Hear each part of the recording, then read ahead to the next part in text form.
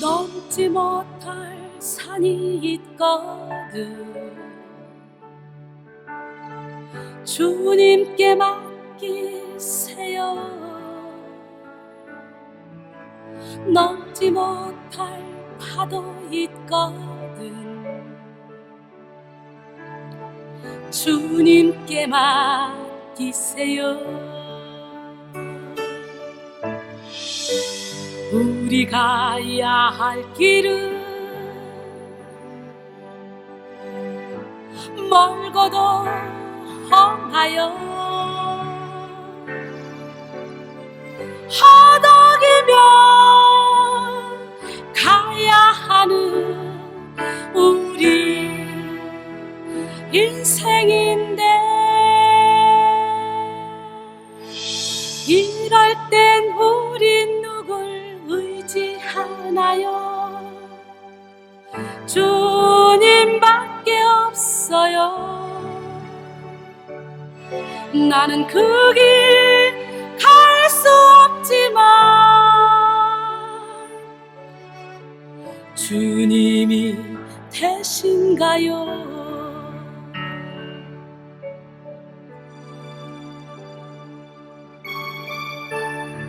그러므로 너희가 이제 여러 가지 시험을 인하여 잠깐 근심하게 되지 않을 수 없었으나 오히려 크게 기뻐하도다. 너의 믿음의 시련이 불로 연단하여도 없어질 금보다 더 귀하여 예수 그리스도에 나타나실 때에 칭찬과 영광과 존귀를 얻게 하려 함이라. 참지 못할 분노 있거든 주님께 맡기세요. 참지 못할 슬픔이 있거든 주님께 맡기세요. 우리 살아갈 길은 눈물의 골짜기 내 힘으로 참지 못해 늘 흐느끼네. 이럴 땐 우린 누굴 의지하나요? 주님밖에 없어요. 나는 그 길 갈 수 없지만 주님이 대신가요? 주님이 대신가요?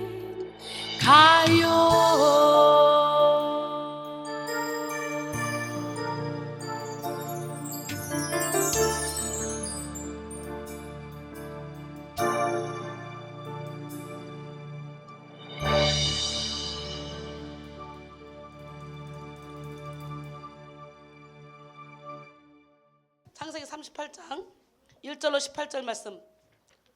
그 후에 유다가 자기 형제들로부터 떠나 내려가서 아둘람 사람 히라와 가까이 하니라. 유다가 거기서 가나안 사람 수아라 하는 자의 딸을 보고 그를 데리고 동참하니 그가 임신하여 아들을 낳으며 유다가 그의 이름을 에리라 하니라. 그가 다시 임신하여 아들을 낳고 그의 이름을 오난이라 하고 그가 또 다시 아들을 낳고 그의 이름을 셀라라 하니라.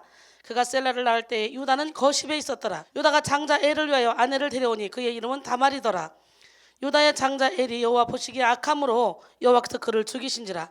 유다가 오난에게 이르되 내 형수에게로 들어가서 남편의 아우된 본분을 행하여 내 형을 위하여 씨가 있게 하라. 오난이 그 씨가 자기 것이 되지 않을 줄 알므로 형수에게 들어갔을 때에 그 형에게 씨를 주지 아니하려고 땅에 설정하매 그 일이 여호와 보시기에 악함으로 여호와께서 그도 죽이시니 유다가 그의 며느리 다말에게 이르되 수절하고 내 아버지 집에 있어 내 아들 셀라가 장성하기를 기다리라 하니 셀라도 그 형들 같이 죽을까 염려함이라. 다말이 가서 그의 아버지 집에 있으니라. 얼마 후에 유다의 아내 수아의 딸이 죽은지라.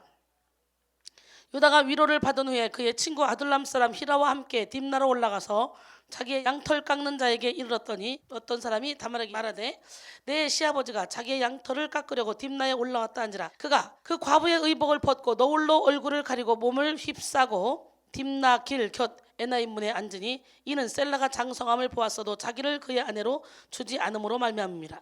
그가 얼굴을 가리었으므로 유다가 그를 보고 장녀로 여겨 길 곁으로 그에게 나아가 이르되 청하건대 나로 내게 들어가게 하라 하니 그의 며느리인 줄 알지 못하였습니다. 그가 이르되 당신이 무엇을 주고 내게 들어오려느냐. 유다가 이르되 내가 내 떼에서 염소 새끼를 주리라. 그가 이르되 당신이 그것을 줄 때까지 담보물을 주겠느냐. 유다가 이르되 무슨 담보물을 내게 주랴. 그가 이르되 당신의 도장과 그 끈과 당신의 손에 있는 지팡이로 하라. 유다가 그것들을 그에게 주고 그에게로 들어갔더니 그가 유다로 말미암아 임신하였더라. 이 시간에 가정의 쓴뿌리란 제목으로 은혜를 받기를 원합니다. 영혼의 종량 쓴뿌리는 마치 암과 같아요. 암. 세상의 수많은 사람들은 자, 상처로 인한 쓴뿌리로 인해서 인생을 괴롭고 힘들게 살아갑니다. 그런데 이 쓴뿌리의 가장 기본적이고도 중요한 원인을 제공하는 것이 뭐냐? 바로 가정이죠. 쓴뿌리에는 분노 외에도 외로움, 슬픔, 두려움, 좌절감, 죄책감, 낙심, 수치심, 낮은 자존감 등등 다양한 종류가 있습니다. 이런 내면에 해결되지 못한 쓴뿌리로 인해서 오늘날 많은 사람들이 스스로 목숨을 포기하는 그런 안타까운 모습을 보게 되기도 하죠.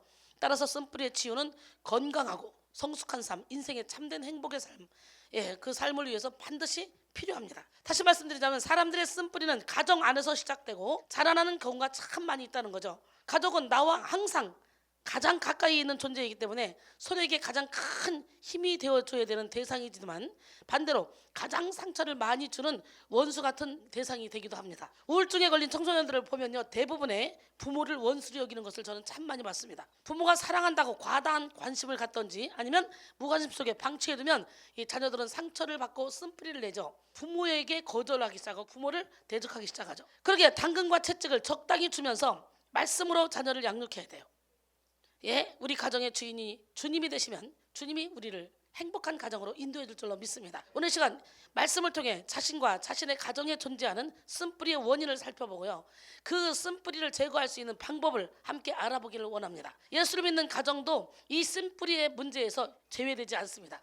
쓴뿌리란 그냥 둔다고 저절로 제거되는 것이 아니에요. 이 시간 보이지 않는 그런 무의식을 묻고 있는, 무의식 속에서 끊임없이 우리의 인생을 조종하는 그런 쓴뿌리 존재를 밝히 깨닫고 쓴뿌리를 제거해서 진리 안의 자유 가운데 거하는 우리 모두가 되기를 주님의 이름으로 축복합니다. 특히 어린 시절 또는 힘없는 자로 있을 때, 어른이나 힘 있는 자에 의하여 언어적 학대, 신체적 학대, 정서적 학대, 성적 학대, 종교적 학대, 부당한 대우, 억울한 일 등 이런 일들, 이런 것 같은 환경 가운데서 사는 사람들은 예외 없이 상처의 쓴뿌리가 생길 수밖에 없죠. 이런 환경의 결과로 쓴뿌리가 생기고 경우에 따라서 외로움, 분노, 수치심, 두려움, 절망, 무가치함, 죄책감 등이 인생의 밑바닥에 정서로 자리 잡게 됩니다. 그리고 이런 쓴뿌리의 결과로 자살, 중독, 살인, 우울증, 폭력 등 온갖 끔찍한 삶의 모습들이 나타나죠. 무엇보다 가장 기본적인 공동체 기관인 가정은 쓴뿌리의 가장 근본적인 원인을 제공합니다. 우리는 먼저 자신과 자신의 가정에 존재하는 때의 환경은 무엇이며 그 결과로 나타나는 쓴뿌리는 무엇인지에 대해서 알아야 돼요. 그래야 그 다음 단계인 치유로 넘어갈 수가 있는 거예요. 진단 없는 치유는 결코 없다는 사실을 기억합시다. 할렐루야. 그래서 우리는 먼저 우리 자신과 가정에 존재하는 이 학대 환경은 무엇인지, 그 결과로 나타나는 쓴뿌리는 무엇인지 우리는 알아야 돼요. 그래야 다음 단계 치유로 넘어갈 수 있기 때문에 진단 없는 치유는 결코 있을 수 없죠. 믿음의 가정 또한 예외가 아닙니다. 믿음의 가정이라고 해도 쓴뿌리로 인해서 우리는 자유로울 수가 없어요. 믿는 가정이라도 저절로 학대의 환경이 없어지거나 쓴뿌리가 저절로 치유되는 것은 아닙니다. 어떤 학대의 환경인지를 밝히고 그것 때문에 생긴 그런 상처의 쓴뿌리가 무엇인지 알 때 환경을 바꾸고 쓴뿌리의 구체적인 치유를 향해 나갈 수가 있는 거예요. 난 여러분 모두가 다 오늘 이 시간에 여러분 자신을 돌아보시고 여러분이 자녀를 키울 때 어떻게 키웠는지, 자녀는 여러분 것이 아닙니다. 하나님의 선물이에요. 할렐루야. 선물을 잘 보관해야 돼요. 기적의 하나님, 능력의 하나님, 살아계신 하나님, 그 하나님은 오늘 이 시간에도 여러분에게 말씀하십니다. 너 안에 너도 모르는 사이에 무의식을 사로잡고 있는 그 어둠의 영들이 이 시간에 떠나야 된다. 그러기 위해서는 마음문을 열어야 된다. 그래서 말씀의 씨가 여러분 마음밭에 심겨져서 싹이 나고 이삭이 나고 열매가 맺혀져야 됩니다. 할렐루야. 여러분 이 시간 여러분의 마음을 돌아보십시오. 살펴보십시오. 여러분 아무런 일 없이 교회에 나와서 예배드리고 봉사하고 찬양하고 집에 돌아가고 직장생활 하지만 그 누구도 모르는 그 무의식의 어마어마한 쓴뿌리가 자라나고 있을지도 모릅니다. 우리는 눈에 보이지 않는 그 쓴뿌리를 제거해야만 합니다. 우리 예배가 그런 예배잖아요. 예, 오늘날 우리의 가정과 마찬가지로 성경 속에서도 쓴뿌리로 인해 자손 대대로 고통을 대물림하던 가정의 모습을 볼 수 있는데요. 오늘은 본문에 나온 유다의 가정의 쓴뿌리로 인해 발생한 여러 가지 문제를 살펴보겠습니다. 유다의 쓴뿌리를 살펴보면 유다는요 야곱의 넷째 아들, 야곱은 형의 장자 명분과 축복을 대신 가로챘죠. 그리고 하나님의 낯을 피해서 받던 아람에 있는 외삼촌 라반의 집으로 갔습니다. 그리고 거기서 20년간 지내며 많은 가축을 소유하게 되었습니다. 그리고 라반의 둘째 딸인 라헬을 사랑하게 됐죠. 하지만 라반의 속임수에 의해 원치 않던 레아도 결혼하게 되죠. 7년을 일하면 라헬을 주겠다 그랬는데 7년을 일했는데 안지리에는 좀 모자라는 레아를 준 거예요. 시큰 사랑하고 아침에 보니까 모자란 여자가 여보, 아이고 야곱 깜짝 놀랐습니다. 그래서 따졌죠. 그랬더니 7년 더 일해라. 그래서 라헬 하나 얻기 위해서 14년을 봉사하죠. 그래서 그렇게 하겠습니다. 그랬더니 7일 일한 후에 먼저 줬습니다. 라헬을. 근데 결혼 후에도 야곱이 라헬만 사랑합니다. 그러니까 하나님께서 레아를 불쌍히 여기시죠. 그래서 그의 태를 여시고 먼저 네 아들을 낳게 하셨는데 그 네 아들이 뭐냐? 루벤, 시므온, 레위, 그리고 오늘 나오는 유다입니다. 레아가 유다를 낳을 때 하나님을 찬송함으로 그의 이름이 유다였습니다. 창세기 29장 32절로 35절 보니까 레아가 임신하여 아들을 낳고 그 이름을 루벤이라 하여 이르되 여호와께서 나의 괴로움을 돌보셨으니 이제는 내 남편이 나를 사랑하리로다 하였더라. 그가 다시 임신하여 아들을 낳고 이르되 여호와께서 내가 사랑받지 못함을 들으셨으므로 내게 이 아들도 주셨다 하고 그의 이름을 시몬이라 하였으며 그가 또 임신하여 아들을 낳고 이르되 내가 그에게 새 아들을 낳았으니 남편이 지금부터 나와 연합하리로다 하고 그의 이름을 레위라 하였으며 그가 또 임신하여 아들을 낳고 이르되 내가 이제는 여호와를 찬송하리로다 하고 이로 말미암아 그가 그의 이름을 유다라 하였고 그의 출산이 멈췄더라 그랬어요. 야곱은 많은 아들 중에 유독 요셉을 사랑했습니다. 요셉은 형들의 잘못을 보고 아버지에게 이르기도 했고 또 형들이 묶인 곡식단, 이 곡식단들이 자신의 곡식단에 절하고 또 해와 달과 11별이 자신에게 절하는 꿈을 꾸었다고 얘기를 합니다. 이 말을 듣고 요셉의 형들이요 시기와 질투가 막 극에 달했습니다. 그래서 한날은 창세기 37장 4절로 9절 보니까 그의 형들이 아버지가 형들보다 그를 더 사랑함을 보고 그때부터 그를 더 미워하기 시작했고 그에게 편안하게 말할 수 없었다 이렇게 말하죠. 요셉이 꿈을 꾸고 자기 형들에게 말합니다. 그러니까 그들이 더욱더 미워합니다. 요셉도 주책입니다. 한 번 말을 했으면 싫어하는 눈치를 보고 두 번째는 말하지 말아야 되는데 대놓고 또 말합니다. 그래서 결국은요 형들이 죽이기로 결단을 하죠. 그러다 결국은 유다의 권위대로 팔아넘기죠. 죽여서 뭐 하겠냐? 차라리 팔아버리자. 그리고 나서 유다는 자기 형제로부터 떠나 이방인이 사는 곳으로 내려가게 돼요. 자기 동생을 팔아먹고. 이 내려가서에 해당하는 야라드는 높은 곳에서 낮은 곳으로 내려갈 때 쓰이는 말이기도 하지만 한편으로는 한 장소에서 다른 장소로 떠나다라는 뜻으로 쓰이는데요. 그러나 이 외에도 야라드는 뭐냐? 상징적인 의미가 있는 단어인데 하나님의 뜻을 저버리고 세속적인 길로 내닫는 인간의 발걸음을 묘사할 때도 사용됐습니다. 학자들은 유다가 동생을 이방인의 종으로 팔았다는 그 사실에 대해서 심한 양심의 갈등을 느끼고 야곱이 살던 헤브론에서 떠나 내려가서 따로 살려고 했을 것이라고 추측합니다. 그래서 그는 아둘람으로 갔는데 아둘람은 야곱의 일가족이 살고 있는 헤브론 골짜기에서 24km 정도 떨어진 곳의 한 마을로서 여호수아 정복 시대에 나타났던 가나안의 대표적인 31개 성읍 가운데 하나였습니다. 결국 유다를 형제들로부터 떠나 이방인이 사는 곳으로 떠나게 했던 이유는 아버지에 대한 상처, 동생들을 팔았던 죄책감 등 여러 가지 이유가 함께 있었음을 알 수 있죠. 따라서 이런 상처와 죄책감이 그의 인생을 조종하는 쓴뿌리가 되었을 것이라고 이렇게 추정됩니다. 그 다음에 유다의 아들들인 엘과 오난의 쓴뿌리. 유다의 집안에 닥친 불행의 또 다른 원인 중 하나는 유다가 가나안 사람 수아의 딸을 취하여 아내로 삼은 거죠. 항상 문제에는 원인이 있게 마련입니다. 죄가 있는 곳에는 악한 영이 틈타게 돼 있습니다. 죄를 지는 자마다 마귀에게 속한다고 요한일서 3장 8절은 그랬죠. 창세기 38장 2절로 5절 보니까 유다가 거기서 가나안 사람 수아라는 자의 딸을 보고 그를 데리고 동침하니 그가 임신하여 아들을 낳음에 유다가 그의 이름을 엘이라 하니라. 그가 다시 임신하여 아들을 낳고 그의 이름을 오난이라 하고 그가 또다시 아들을 낳고 그의 이름을 셀라라 하니라. 그가 셀라를 낳을 때에 유다는 거십에 있었더라 그랬어요. 가나안 사람의 수아의 딸을 딱 보는데 마음에 딱 들었어요. 이 보다의 원형 라는 단순히 본 것이 아니라 관심을 가졌다는 뜻인데요. 즉 유다는 이방 여인을 보고 이성적인 관심을 갖게 된 거예요. 이게 이 문제가 되는 거예요. 창세기 6장 2절 보니까 하나님의 아들들이 사람의 딸들의 아름다움을 보고 자기들의 좋아하는 모든 여자로 아내를 삼는 자라 그랬어요. 그래서 결국은 하나님이 야 내가 사람 지었음을 한탄한다. 그리고 홍수를 내리기로 결단하고 홍수를 내리잖아요. 결국 동침하여 아들을 낳게 되는데 하나님의 백성이 우상 숭배했던 이방인과 혼인을 했다는 것은 단순히 결혼 당사자들만의 문제가 아니죠. 이는 두 사람이 속한 사회의 종교와 문화적인 풍습을 서로 나누고 인정하는 것을 의미했습니다. 즉 유다는 가나안 여인과 결혼하면서 가나안의 우상과 그들의 타락한 문화를 받아들였던 것입니다. 결국 유다 집안에 첫 번째 불행이 찾아왔는데 유다의 장자였던 엘이 아버지가 짝지어진 다말과 결혼해서 살다가 하나님 앞에 악을 행하다가 후사도 보지 못하고 심판을 받아 죽게 됐습니다. 창세기 38장 6절로 7절 보니까 유다가 장자 엘을 위하여 아내를 데려오니 그의 이름은 다말이더라. 유다의 장자 엘이 여호와 보시기에 악함으로 여호와께서 그를 죽이신지라 그랬어요. 당시 엘은 어렸습니다. 그런데 유다는 아들을 일찍 결혼시키므로 가나안 족속에게 퍼져있는 이 성적 문란에 빠져드는 것을 막으려고 했던 것 같아요. 또한 장자 엘이 이미 가나안 거민들과 어울려 방탕한 생활에 빠져 있었기 때문에 문란한 생활을 바로잡기 위해서 빨리 결혼을 시켰던 것으로 추정해 봅니다. 그런데 우리는 이와 관련해서 또 하나의 사실을 알아볼 수가 있죠. 그것은 엘의 아버지인 이 유다가 며느리인 다말을 창녀로 알고 동침했다는 거죠. 이로 미뤄보아 아버지 유다는 평소에도 창녀와 관계를 가졌던 것으로 여겨집니다. 그렇다면 아버지 유다와 장자인 엘의 타락, 이것은 결코 우연이 아니잖아요. 평소에 아버지 유다의 범죄를 보고 자란 아들 엘에게 그대로 전해진 것입니다. 자녀들은 그대로 보고 답습합니다. 이것은 부모의 모습이 자녀에게 얼마나 큰 영향을 미치는지 잘 보여주는 사건이죠.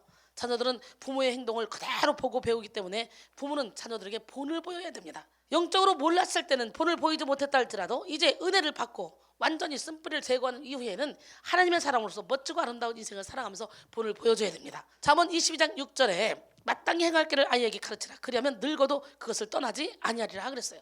디모데전서 3장 4절에 보니까 감독은 자기 집을 잘 다스려 자녀들로 모든 공손함으로 복종하게 하는 자라야 할지라 그랬어요. 결국 장자였던 엘은 하나님의 징계를 받아 장자의 기업을 받지 못했을 뿐만 아니라 죽임을 당했죠. 그런데 유다 집안의 불행은 여기서 끝나지 않았습니다. 둘째 아들 오난까지 하나님의 심판을 받아 죽임을 당하죠. 오늘 본문 8절로 10절 보니까 유다가 오난에게 이르되 내 형수에게로 들어가서 남편의 아우된 본분을 행하여 내 형을 위하여 씨가 있게 하라. 오난이 그 씨가 자기 것이 되지 않을 줄 알므로 형수에게 들어갔을 때에 그의 형에게 씨를 주지 아니하려고 땅에 설정하매 이 일이 여호와 보시기에 악함으로 여호와께서 그도 죽였다 그렇게 말씀하셔요. 그러니까 결국은 이 유다의 두 아들은 뭐 때문에 죽었어요? 다말 때문에 죽었어요? 본인들이 악을 행해서 죽은 거예요. 그 당시에는요 형사취소혼이라는 것이 있었는데요, 형이 죽은 뒤 동생이 형의 부인과 함께 결혼해서 사는 혼인제도입니다. 형이 후사가 없이 죽으면 동생이 후사를 잇게 해야 했습니다. 그런데 엘의 동생 오나는 결국 자기가 낳은 아들이 자기의 후사가 아니라 형의 후사가 되어야 한다는 것이 못마땅했습니다. 그리고 이를 거부하여 하나님 앞에 악을 행하다가 결국은 죽게 됐죠. 다말의 쓴뿌리도 있습니다. 두 아들을 잃은 유다는 이제 며느리 다말에게 뭐라고 말하냐, 막내 아들 셀라는 아직 어리다. 막내 아들 셀라를 줘야 되는데 아직 어리다. 그렇기 때문에 아직까지는 혼인시키기가 그러니까 이 아들이 장성하기까지 친정에 가서 있어라. 그러나 사실은요 막내 아들까지 죽을까 봐 염려했기 때문에 친정으로 보낸 겁니다. 막내 아들을 줄 마음이 없었어요. 창세기 38장 11절에 유다가 그의 며느리 다말에게 이르되 쏘라고 내 아버지 집에 있어 내 아들 셀라가 장성하기를 기다리라 하니 셀라도 그 형들 같이 죽을까 염려함이라. 다말이 가서 그의 아버지 집에 있으니라 그랬어요. 사실 유다의 깊은 마음속에는 자신의 아들이 죽게 된 것이 며느리 다말 때문이라고 믿고 있었습니다. 옛날에 그렇잖아요. 며느리가 들어와서 뭐가 잘못되면 저는 며느리 잘못 들어서 우리 집 며느리 잘못되면 집만 망한다, 이런 말 정말 많이 했습니다. 어려운 일만 당하면 새며느리가 잘못 들어서 이런 얘기를 참 많이 했는데 이때도 그랬나 봐. 참 사람은 남 탓하기 참 좋아해 인간은. 그래서 셀라가 장성한 후에도 다말에게 셀라를 주지 않습니다. 그런데 사실 유다의 두 아들이 죽은 것은 다말 때문이 아니라 누구라고? 자기들 때문이에요. 유다와 아들들의 잘못 때문에 하나님의 징계를 받은 것이었습니다. 우리는 영적인 분별을 가지고 우리에게 일어난 모든 고난 가운데 고난의 의미를 바로 깨달아야 돼요. 유다는요, 자녀들을 바르게 교육시키지 못했습니다. 그래서 아들들이 하나님 앞에서 죄를 짓는 것을 방치했을 뿐만 아니라 자신의 집에 임한 불행이 하나님의 징계라는 사실조차도 몰랐어요. 그걸 이해하지 못했기 때문에 며느리 다말에게 모든 책임을 돌렸고 결국은 다말에게 고통을 주었죠. 다말은 셀라가 장성했는데도 시아버지 유다가 자기에게 셀라를 주지 않으므로 창녀로 가장해서 시아버지와 유다와 동침을 하죠. 그 동침하는 사건이 여기 지금 오늘 본문에 나오죠. 유다 집안에 닥친 불행의 근본적인 원인은 그 가정이 하나님 앞에 바로 서지 못했기 때문입니다. 오늘 우리 가정이 하나님 앞에 바로 서지 못하면 우리 자녀들까지도 문제가 있다는 거 깨달으시고 오늘 이 시간에 바로 서기를 원합니다. 물론 다말은 시아버지를 취함으로 잘못된 방법을 통해 아이를 가졌지만 다말이 장로로 변장하여 유다를 속인 것은 다말의 욕정 때문이 아니라 후손을 얻고자 하는 그런 갈망에 의한 것이었어요. 결국 하나님은 이 후손을 얻고자 하는 다말의 이 갈망을 불쌍히 여기시고 결국은 다말을 통해 메시아가 탄생되는 길을 열어 놓으셨어요. 마태복음 1장 1절로 3절 보니까 아브람과 다윗의 자손 예수 그리스도의 계보라. 아브라함이 이삭을 낳고 이삭은 야곱을 낳고 야곱은 유다를 낳고 유다와 그의 형제들을 낳고 유다는 다말에게서 베레스와 세레를 낳고 그러죠. 하나님은 남편을 잊고 기업을 이어갈 자녀를 낳을 권리까지 박탈당한 한 여인을 불쌍히 여기시고 메시아가 탄생하실 그런 유다 가문의 대를 잇도록 허락했어요. 좋은 방법은 아니지만 이처럼 불완전한 인간의 모습 가운데서도 하나님은 끊임없이 찾아오셔서 일을 하신다는 거죠. 은혜를 베풀어 주신다는 거죠. 이 일은 이방 여인 루시 하나님의 은혜를 입어 기업물을 짜 보아스를 통해 메시아의 조상이 되는 그런 오벳을 낳게 했던 것과 같은 내용이죠. 이렇게 하나님은 이방인의 혈통까지도 사용하셔서 메시아를 주셨고 이방인인 저와 여러분에게도 구원의 은혜를 입혀 주셨습니다. 로마서 15장 16절 이 은혜는 곧 나로 이방인을 위하여 그리스도 예수의 일꾼이 되어 하나님의 복음의 제사장 직분을 하게 하사 이방인을 제물로 드리는 것이 성령 안에서 거룩하게 되어 받으실 만하게 하려 하심이라 그랬어요. 다말 이외에도 예수님의 족보 안에는 각자 여자로서 큰 약점을 가진 자들이 있었습니다. 기생 라합, 이방 여인 룻, 다윗과 간음했던 밧세바와 같은 사람들이죠. 우리는 이러한 사실을 통해 하나님의 은혜는 이 모든 죄와 죄인들을 덮고도 남는다는 것을 알 수 있습니다. 또한 전능하신 하나님은 아픔과 상처가 많은 가족사를 통해서도 놀라운 일을 행하실 수 있다는 것을 알게 해주십니다. 이사야 44장 22절에 내가 내 허물을 빽빽한 구름같이 내 죄를 안개같이 없이 하였으니 너는 내게로 돌아오라. 내가 너를 구속하였습니다. 할렐루야. 그렇기 때문에 쓴뿌리 붙잡고 실갱이 하면 안 돼요. 하나님께 확 던져버리면 돼요. 모든 죄를 회개하고 던져버리면 돼요. 그리고 새로운 삶을 살아야 돼요. 하나님이 보시기에 완전한 사람은 그 어느 누구도 없습니다. 누구나 여러 가지 결점을 가지고 있죠. 그러나 하나님 손에 붙들리기만 하면 하나님 나라를 위해 귀하게 쓰임받는 그릇이 될 수 있습니다. 우리가 비록 질그릇이라 할지라도 우리 안에 예수님이 계시면 쓰임받을 수 있어요. 고린도서 4장 7절에 우리가 이 보배를 질그릇에 가졌으니 이는 심히 큰 능력은 하나님께 있고 우리에게 있지 아니함을 알게 하려 하심이라 그랬어요. 여러분의 가정도 마찬가지입니다. 아무리 쓴뿌리와 상처가 많은 가정이라 할지라도 주님께 붙들림 받기만 하면 은혜의 통로로 쓰임받게 됩니다. 그래서 쓴뿌리 탓하지 말고 오늘 예수 이름으로 다 버리고 지금까지 내 안에 쓴뿌리 때문에 자녀에게 부모에게 상처를 줬다면 예수 이름으로 회개하고 그리고 그들에게 가서 용서를 빌고 이해를 빌고 그리고 다시 한번 새롭게 거듭나 이제는 빛의 사명을 감당해서 그들의 쓴뿌리를 다 뽑아내줘야 될 줄 믿습니다. 할렐루야. 그렇다면 이제 본격적으로 우리 안에 우리 가정 안에 쓴뿌리 치료 프로젝트에 들어가 보려고 하는데요. 쓴뿌리는 자신만 괴롭히는 것이 아니라 주변에 있는 여러 사람을 괴롭게 하고 더럽게 합니다. 히브리서 12장 14절로 16절 보니까 모든 사람과 더불어 화평함과 거룩함을 따르라. 이것이 없이는 아무도 주를 보지 못하리라. 너희는 하나님의 은혜에 이르지 못하는 자가 없도록 하고 또 쓴뿌리가 나서 괴롭게 하여 많은 사람이 이로 말미암아 더럽게 되지 않게 하며 음행한 자 혹 한 그릇 음식을 위하여 장자의 명분을 판 에서와 같이 망령된 자가 없도록 하라 그랬어요. 여러분 교회 안에서 한 사람만 쓴뿌리가 나면 그 쓴뿌리 나면 그 사람으로 인해서 주변이 더럽게 되고 괴롭게 됩니다. 더더구나 영적인 이 재단은 여러분 쓴뿌리가 나서 힘들어? 그러면 괜히 떠들지 말고 나한테 직접 와서 얘기하고 기도받아. 저를 보십시오. 전 365일 진리 안에 자유권에 거하고 있잖아요.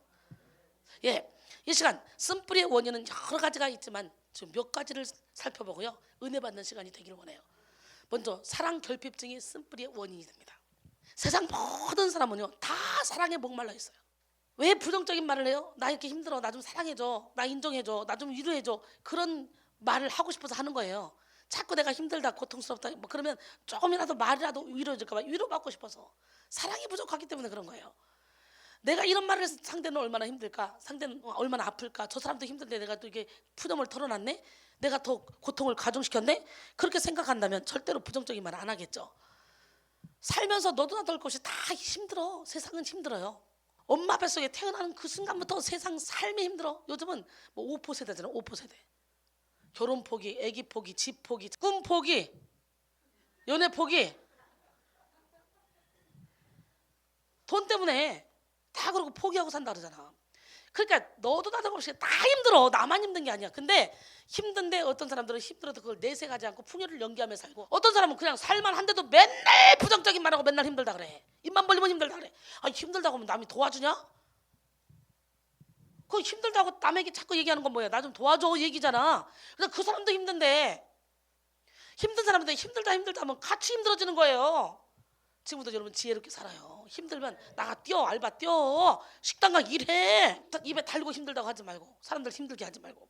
참 인생을, 저를 보세요. 저를 먹고 입고 살으려고 일하고 있어요. 저는 오로지 여러분의 영혼을 살려서 천국으로 인도하려고 일을 하고 있잖아. 근데 발바닥 풀라고 온몸이 막 살이 떨릴 정도로 힘들고 잠을 편하게 잘 수가 없어요. 그냥 너무 힘들어서 뻗어가지고, 어저께도 설교 준비하고 놓고는 잠깐, 그리고 또 일어나서 또 계속 하루 종일 설교 준비하다가, 그런데 내가 나와서 또 일하고 있잖아. 지금 내가 죽어가도 나는 겨우서라도 나와서 일을 해야 되는 사람이야. 왜? 주인의식 책임감이 있기 때문에. 그래서 여러분 어때요? 죽어가고 힘들고 저처럼 아마 지치면 다 뻗어가지고 움직이도 못할걸? 주인의식을 갖고 가면 우리 하나님께서 일할 힘을 주시는 거예요. 여러분으로 인해서 영혼들이 막 살아나고 기뻐하고 즐거워하면 그게 얼마나 행복합니까? 하늘에 상급이 쌓아지는데 이거 얼마나 좋은 교회입니까? 마음껏 능력을 행할 수 있도록 밀어주고, 여러분 마음껏 천국에 집지게 밀어주는데, 근데 여기서도 감사를 모른다? 그럼 또라이지, 정신병자지. 그러면 깐난하기가 돼도 혼자 기도해야지. 여러분, 이 시대는 사랑이 결핍된 시대입니다. 겉으로 보기에는 사랑이 많은 것 같아도 막상 그 안에는 텅 빈, 그야말로 껍데기 사랑뿐입니다. 사람들은 진정한 사랑을 찾아 그 외로움을 달래보려고 안간힘을 써보지만 이 세상에는 그 마음을 온전히 채워주는 사랑은 존재하지 않습니다. 오직 예수님의 사랑으로 충만할 때만 행복해질 수 있어요. 인격 장애, 우울증, 각종 정신질환, 사회 부적응 등 여러 가지 문제를 가진 자들의 삶의 내면을 잘 살펴보면 결국 근본적으로 사랑받지 못한 상처로부터 시작된 것임을 알 수 있습니다. 특히 가정은 가장 기본적인 단위의 공동체로서 인간이 가장 사랑을 듬뿍 받아야 될 그런 시기에 사랑을 공급해 줘야 됩니다. 여러분은 사랑 결핍증 문제의 심각성을 아십니까? 우리들은요, 비타민 결핍증이나 철분 결핍증에 대해서는 염려하고 근심하지만 사랑 결핍증에 대해서는 심각함을 느끼지 못하는 경우가 참 많죠. 상처로 인한 쓴뿌리는 이와 같이 사랑 결핍증을 만들어냅니다. 그래서 축기 사역이라고 기도해 줄 때 사랑으로 해줘야 돼요. 사랑. 이 사랑이 없으면 능력이 안 나가요. 많은 사람들이 다 사랑받기를 원합니다. 사랑을 줄 수 없을 만큼 가난한 자도 없고, 사랑을 받을 수 없을 만큼 부유한 자도 없습니다. 마음껏 사랑해 주세요. 여러분, 상처가 많은 사람들의 공통점은 뭐냐? 사랑을 충분히 받아야 될 그 시기에 사랑을 받지 못했다는 거예요. 사랑 결핍증을 가진 사람들은 대부분 가족에게 상처를 받았거나 과거에 심한 냉대와 무관심의 상처를 받은 사람들입니다. 따라서 사랑받지 못한 것을 보상받기 위해 누군가에게 더 집착할 정도로 그 사랑을 요구하는 모습을 보이기도 하죠. UCLA의 아동정신과 교수인 조안 L. 루비는 연구를 통해 부모의 방치와 학대 속에서 자란 3살 아이의 뇌와 일반 아이의 뇌를 스캔해서 비교 분석했대요. 3살짜리 부모의 사랑받은 애와 그냥 그렇게 키운 애와, 놀랍게도 부모에게 돌봄을 받은 아이와 그렇지 못한 아이의 뇌는요, 크기부터 달랐대요. 잘 자란 뇌를 가진 아이는 총명해서 사회성 발달에 긍정적이지만 사랑 결핍으로 뇌가 제대로 자라지 못한 아이는 마약 중독이나 폭력, 범죄, 실직과 연관될 가능성이 높고 정신질환 등 건강 전반에 걸쳐 심각해질 위험성이 많다고 이렇게 증언했다 그래요. 증명이 됐다 그래요. 그런데 이와 반대인 경우도 있는데요. 집에서는 부모의 사랑을 많이 받았는데 막상 학교나 사회에 나가면 그런 관심을, 그런 사랑을 받지 못하죠. 그러면 평소 사랑만 받고 자란 아이가 사회에 나가자 별 볼 일 없는 사람이라는 사실을 인정하는 데는 쉽지가 않죠. 이런 괴리감은 사춘기가 되면 더욱더 심해집니다. 그러니까 과잉 사랑이 또 그 사람에게 사랑 결핍증을 갖다 주기도 한다는 거지. 왜? 내가 사회에 나왔을 때도 엄마가 나한테 주었던 것처럼 아빠가 나한테 주었던 사랑처럼 사람들이 줘야 되는데 그게 안 되는 거지. 그러니까 자꾸 사랑을 찾아 쫓아다니는 거죠. 그러다가 어떻게 해요? 이제 사춘기가 되면 더욱더 괴리감이 심해지죠. 그래서 가끔은 무모한 짓을 해가지고 대중의 관심을 끌려고 하기도 합니다. 그래서 엉뚱한 짓 하는 사람 참 많죠. 만약 따돌림이라도 당하게 되면 인간관계가 싫은 히키코모리가 될 수도 있어요. 히키코모리 시작. 히키코모리가 뭔 줄 알아요? 다른 말로 은둔형 외톨이. 방이나 집 등 특정 공간에서 나가지 못하거나 나가지 않는 사람과 그러한 현상 모두를 일컫는 그런 일본 신조어입니다. 오늘날 여러분의 자녀들 그런 사람 많습니다. 지금. 근데 왜 그런 병이 생겨요? 사랑을 받으려고 하기만 하니까. 사랑을 본질적으로 받으려고만 하니까 그래요. 사랑은 주는 거예요. 사람들이 이것을 잊고 사랑을 받으려고만 하니까 삶이 힘들어지는 거예요. 예수님이 우리에게 가르쳐준 사랑은 주는 사랑입니다. 물론 우리는 사랑을 받을 줄도 알아야 돼요.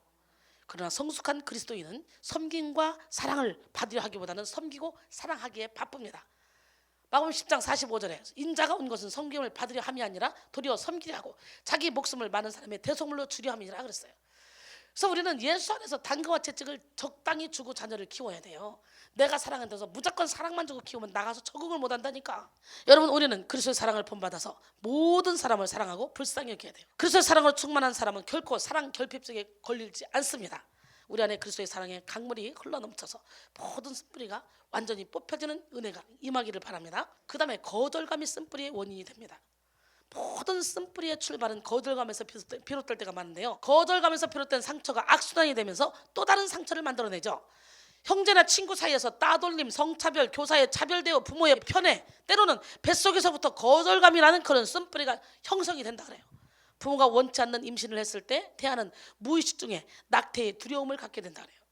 무의식 세계에서 거절감과 외로움을 경험하게 됩니다. 그래서 부모들은 자녀가 어릴 때 있는 모습 그대로 사랑하고 받아주며 용납해 줍니다. 그러나 대부분의 부모들은 미숙해서요, 아이들이 3살 이상 되어 부모 마음의 뜻대로 행동하지 못할 때 아이들을 마음으로 용납하지 못하고 아이들에게 상처를 주죠. 심지어는 언어적, 신체적으로 학대하는 부모들도 많습니다. 이런 거절감이 치유받지 못하고 쌓이면 쓴뿌리가 됩니다. 사람들은 거절받는 것을 매우 두려워하죠. 그래서 거절받지 않기 위해 온갖 가식의 옷을 입곤 합니다. 특히 권위자들에게 용납받고 거절당하지 않으려고 발버둥을 치죠. 어떻게든 그들에게 인정받기를 위해서 노력합니다. 그러다가 아무리 해도 인정받지 못할 때는 아주 심한 거절감과 함께 깊은 우울증에 빠져버리죠. 그렇다면 여러분이 살아가면서 가장 큰 거절감을 느꼈을 때는 어떤 때입니까? 오늘 다 한번 여러분 살펴보시고 무의식을 묶고 있는 상처를 오늘 끌어내야 돼요. 인간이 가장 큰 거절감을 느낄 때는요, 첫째, 배신당할 때입니다. 그토록 믿었던 사람에게 배반을 당하면 거절감을 느끼죠. 이 배신당할 때 그 기분. 그래서 한 번 배신을 당하고 나면 그 다음 모든 사람이 다 나를 배신할 것만 같아. 두려워. 그러니까 막 살아버리는 거야. 남자 한 번 버림받아. 나는 결혼도 못하는 여자야. 애따 모르겠다. 아무하거나 결혼해. 그래서 아무하거나 결혼하는 사람도 많습니다. 그래서 평생을 인생을 망치는 사람 많이 봤습니다, 제가. 두려움 때문에 그래요. 이 배신당할 때 이게 오는 그런 두려움 때문에, 또 배신당하면 어떡하지? 라는 생각 때문에. 그 다음에 버림받을 때입니다. 누군가에게 버림을 받게 될 때 거절감을 느끼는데요, 예를 들어 어린 시절 부모에게 버림받아 고아가 되었다든지, 사랑하는 사람에게 실연을 당할 때, 시험에서 떨어졌을 때, 다니던 회사에서 퇴직을 당할 때, 이런 거절의 상처를 받게 됩니다. 셋째, 비난받을 때입니다. 사람이 누군가에게 또는 어떤 조직에서 비난을 받을 때가 있는데요, 사람들이 자초지종을 알아보지도 않고 비난을 퍼붓습니다. 자기 말을 들어주지 않습니다. 이럴 때도 거절의 상처를 받게 되죠.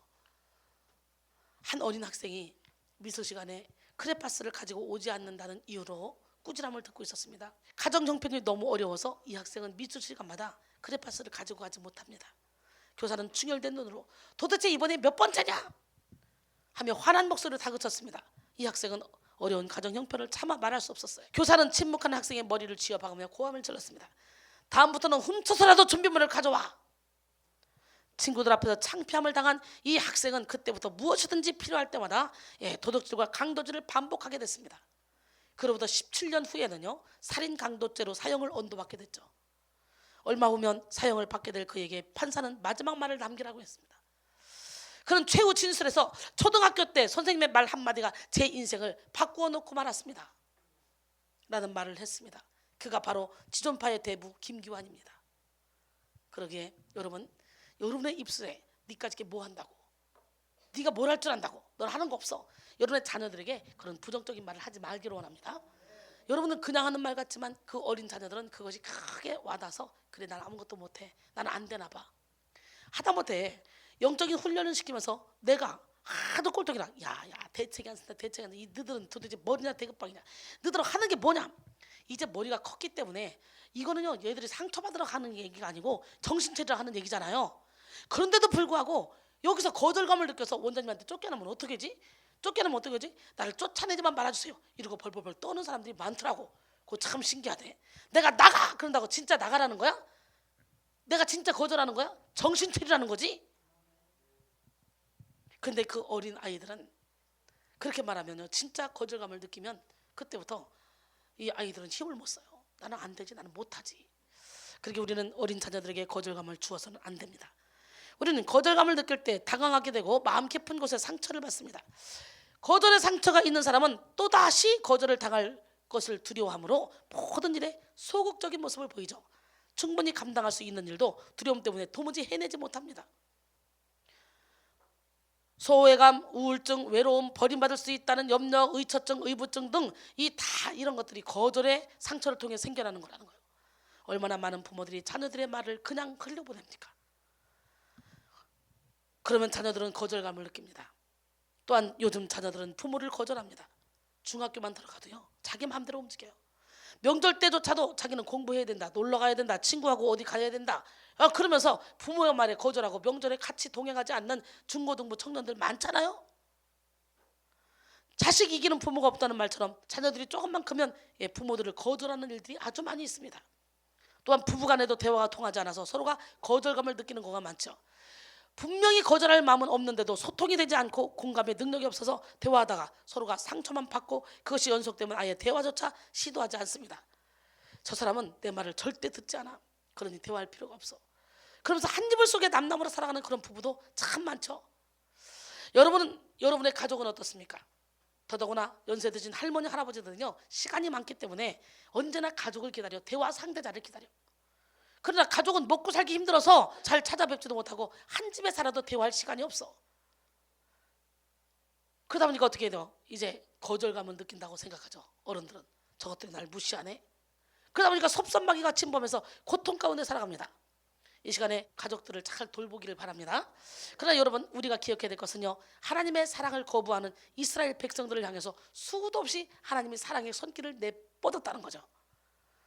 주님을 배반한 백성들을 보호하시기를 마치 암탉이 그 새끼를 부르며 자기 날개 아래 품어 보호하려는 것과 같이 하셨습니다. 그러나 이스라엘 백성들은 그 하나님의 마음을 거절해버렸어요. 또 예수님은 그 어느 누구보다도 심한 거절감을 당한 분이잖아요. 먼저는 자신이 구원할 사람들에게 거절을 당하시고 자신이 그렇게 사랑했던 제자들에게 거절을 당하셨어요. 이뿐만이 아니에요. 우리 죄를 대속해 주시기 위해서 처참한 거절을 겪으셔야만 했습니다. 그러나 예수님이 가장 참기 힘들었던 거절은 뭐냐? 바로 하나님 아버지의 거절이죠. 마태복음 27장 46절 보면 제9시쯤에 예수께서 크게 소리질러 이르시되 엘리 엘리 라마 사박다니 하시니 이는 곧 나의 하나님 나의 하나님 어찌하여 나를 버리셨나이까 하는 뜻이라 그랬어요. 하나님 아버지는 가장 사랑하는 아들을 거절하셔야만 했습니다. 죄 많은 인간을 살리기 위해서는 어쩔 수 없는 선택이었죠. 예수님은 이런 아버지의 마음을 잘 알고 있었습니다. 그래서 사람들의 외면과 십자가의 고통 그리고 하나님의 아버지께 당한 그런 거절도 능히 그 상처받지 않고 담당할 수 있었어요. 묵묵히 그 모든 상황 그대로 인정하셨고 자신의 거절당함과 그 아픔을 통해 인간들의 아픔을 이해하시고 동정하셨습니다. 그래서 히브리서 4장 15절에 보니까 우리에게 있는 대제사장은 우리의 연약함을 동정하시 못하실 리가 아니요 모든 일에 우리와 똑같이 시험을 받으시는데 죄는 없으시니라 그랬어요. 만약 여러분이 거절로 인한 상처가 있다면 그 상처의 쓴뿌리로 남아 있을 것입니다. 그 마음속에 쓴뿌리는 평생 동안 두고두고 우리 인생을 괴롭힐 것입니다. 그 쓴뿌리가 여러분의 성격을 난폭하게도 만들고 부정적이게도 만들고 불신앙을 갖게도 만들고 혈기가 가득하게도 만들고 그 쓴뿌리가 다양한 모습으로 여러분을 괴롭히고 있을 것입니다. 오늘 그 쓴뿌리만 제거해버리면 여러분 이전 것은 지나가 새 사람이 돼서 진리 안에 자유롭게 기쁘게 즐겁게 행복하게 살아갈 수 있게 될 줄 믿습니다. 할렐루야. 거절의 쓴뿌리 또한 다른 사람에 대한 적개심을 갖게 하는 거예요. 그 상처라는 상자에 갇혀 사람들을 불신하게 하고 오해하게 하고 의심하게 합니다. 그러므로 우리는 거절당함으로 인해 자리 잡은 모든 쓴뿌리를 이 시간 예수의 보혈로 깨끗하게 해결받아야 됩니다. 그리고 우리를 거절했던 그 상대를 예수의 이름으로 용서하고 사랑해야 됩니다. 마태복음 18장 22절에 보니까 예수께서 이르시되 내게 이르는 7번뿐 아니라 70번씩 70번을 7번이라도 할 것이다. 70번을 7번이나 하다. 그러면요 이거는 완전 숫자예요. 완전 숫자. 고린도서 2장 10절로 11절 보니까 너희가 무슨 일이든지 누구를 용서하면 나도 그리하고 내가 만일 용서한 일이 있으면 용서한 그것은 너희를 위하여 그리스도 앞에서 한 것이니 이는 우리로 사탄에게 속지 않게 하려 함이라. 우리는 그 계책을 알지 못하는 바가 아니로다 그랬어요. 용서는 어느 누구를 위해서가 아니고 바로 나 자신을 위해서 해야 됩니다. 내 마음에 분노와 복수심이 남아있으면 그것이 쓴뿌리가 되어 내 인생을 불행하게 만들고 내 가족을 불행하게 만드는 거예요. 나를 거절한 사람을 용서할 때 우리는 그 모든 쓴뿌리로부터 자유해질 수 있게 될 줄 믿습니다. 그 다음에 두려움이에요.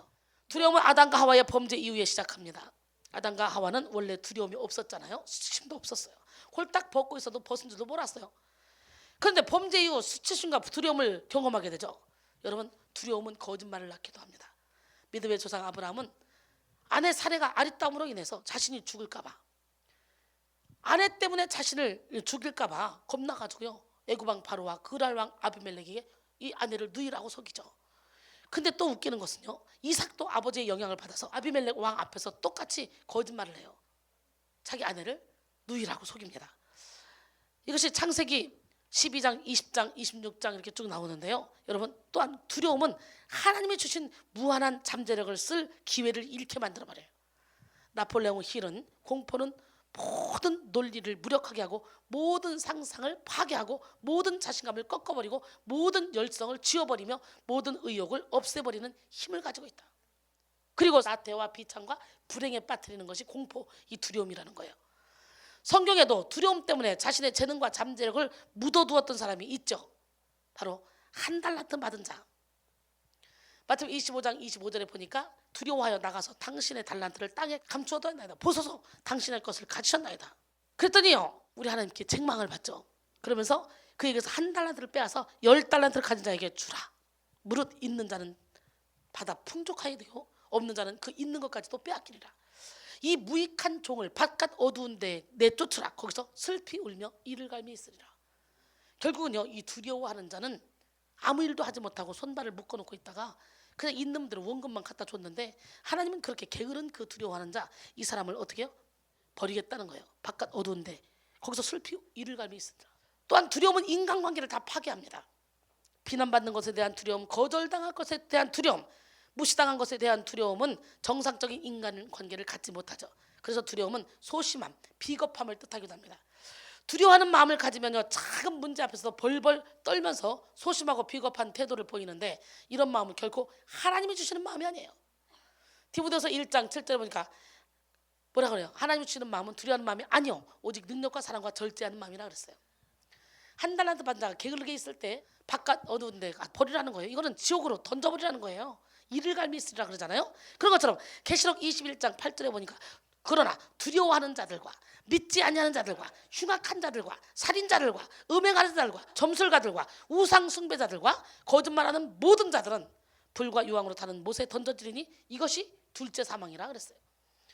여기까지 우리는 쓴뿌리의 원인에 대해서 알아봤습니다. 여러분 우리는 이번 특별 가족 부흥회를 통해서 가식의 옷을 벗고 가면을 벗어야 됩니다.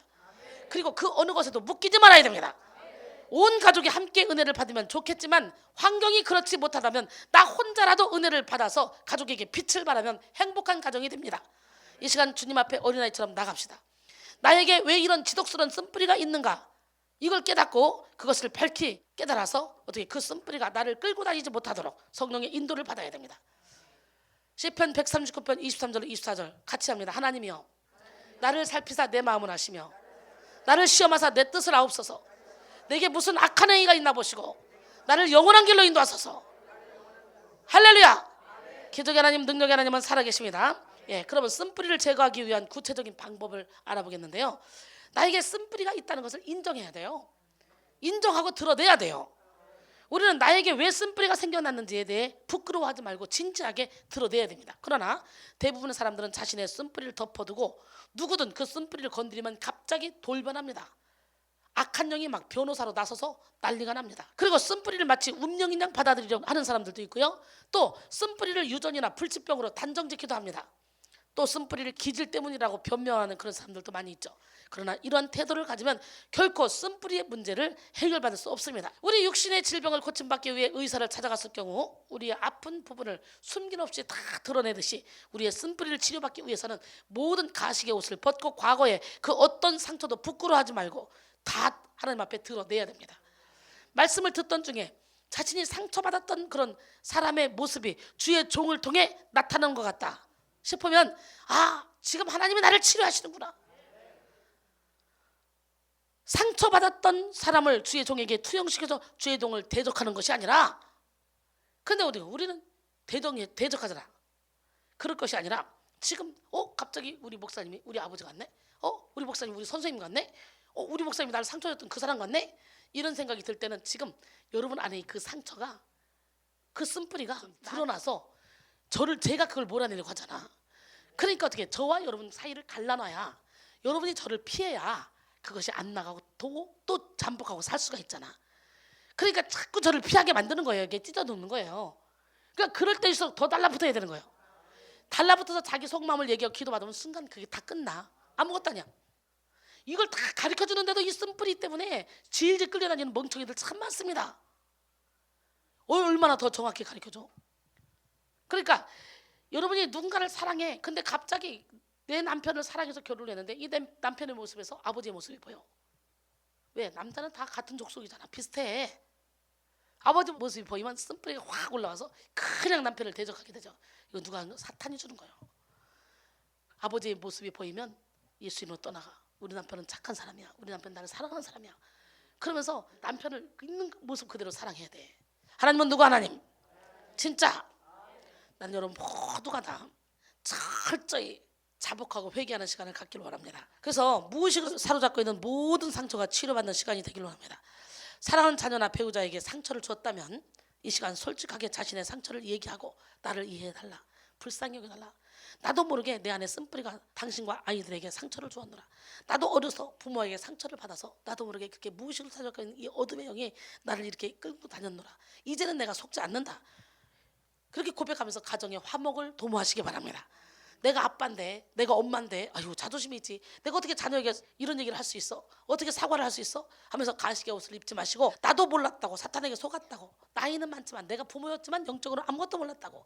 그러니 이제 너도 나도 영적으로 깨달았으니 우리 서로가 용서하고 사랑하고 이제 주 안에서 하나가 돼서 살자. 그러면서 서로가 서로, 부모는 자식에게, 자식은 부모에게 손을 내밀어야 될 줄 믿습니다. 할렐루야. 또 교회 안에서도 우리는 한 가족이잖아요. 예수 안에서. 그렇기 때문에 하나가 돼야 돼. 내가 목사인데, 내가 전사인데, 내가 권사인데, 내가 장로인데, 내가 회장인데, 내가 그러면서 자기 생각을 버리지 않고 계속적으로 나를 인정해달라, 나를 사랑해달라, 내 말을 들어달라, 그럴 것이 아니라 어린아이같이 순수한 마음으로 예수님의 마음을 품고 그들을 사랑으로 용서하시고 사랑으로 품는 지혜로운 성도가 되기를 원합니다. 잠언 28장 13절에 보니까 자기의 죄를 숨기는 자는 형통하지 못하나 죄를 자복하고 버리는 자는 불쌍히 여김을 받으리라 그랬어요. 그다음 우리는요, 자기를 다 쓴뿌리가 있다는 걸 인정하고 드러내야 되지. 그 다음에는 성령의 은혜를 받아야 돼. 우리 힘으로는 안 돼. 우리는 상처로 인한 선입견과 편견을 다 내려놓고 아주 냉철하게 자신을 돌아봐야 됩니다. 그럴 때 우리의 쓴뿌리의 실체들을 발견하게 됩니다. 무엇보다 모든 것을 알게 하시고 깨닫게 하시고 기억하게 하시는 성령님의 도움을 받아야 됩니다. 이불에 곰팡이가 생겼을 때 곰팡이를 없애는 확실한 방법은 그 이불을 떼약볕에 널어놓는 거예요. 바싹 말리는 거예요. 성령님의 빛이 내리쬐을 때 우리 내면에 계속 뿌리를 내리고 있는 이 쓴뿌리의 근원이 제거됩니다. 그러므로 바로 이 시간 치유하시는 성령의 은혜를 간구합시다. 성령의 은혜가 우리의 심령 가운데 강력히 임할 때 모든 쓴뿌리는 성령의 불로 다 타버릴 줄 믿습니다. 말라기 4장 2절로 3절 보면 내 이름을 경외하는 너에게는 공의로운 해가 떠올라서 치료하는 광선을 비추리니 너희가 나가서 외양간에서 나온 송아지같이 뛰리라. 또 너희가 악인을 밟을 것이니 그들이 내가 정한 날에 너희 발바닥 밑에 재와 같으리라. 만군의 여호와의 말이니라 그랬어요. 요한복음 7장 37절로 39절 보니까 명절 끝날 곧 큰 날에 예수께서 서서 외쳐 이르시되 누구든지 목마르거든 내게로 와서 마시라. 나를 믿는 자는 성경의 이름과 같이 그 배에서 생수의 강이 흘러나오리라 하시니 이는 그를 믿는 자들이 받을 성령을 가리켜 하신 말씀이라 그랬어요. 아무리 깊은 뿌리를 내린 쓴뿌리라도 성령께서 우리 심령 속에 임재하셔서 만지시고 역사하시면 완전하게 제거됩니다. 성령의 능력은요 우리의 뿌리병까지도 완전히 고치는 능력이에요. 믿으십니까? 마가복음 5장 27절로 29절 보니까 혈루증형이 나오죠. 예수님의 소문을 듣고 무리 가운데 끼어 뒤로 와서 그의 옷에 손을 대니 이는 내가 그의 옷에만 손을 대어도 구원을 받으리라 생각함일러라. 이에 그의 혈루 근원이 곧 마름에 병이 나온 줄 몸에 깨달으니라 그랬어요. 이렇게 우리의 믿음이 중요한 거예요. 예수님의 옷자락만 만져도 난 병이 고쳐질 거야. 혈루 근원이 의학적으로 안 되는 병, 도저히 고칠 수 없는 불치병 만지면 고쳐질 거야. 그런 믿음으로 만지니까 진짜 고쳐지잖아. 믿음이 이기네.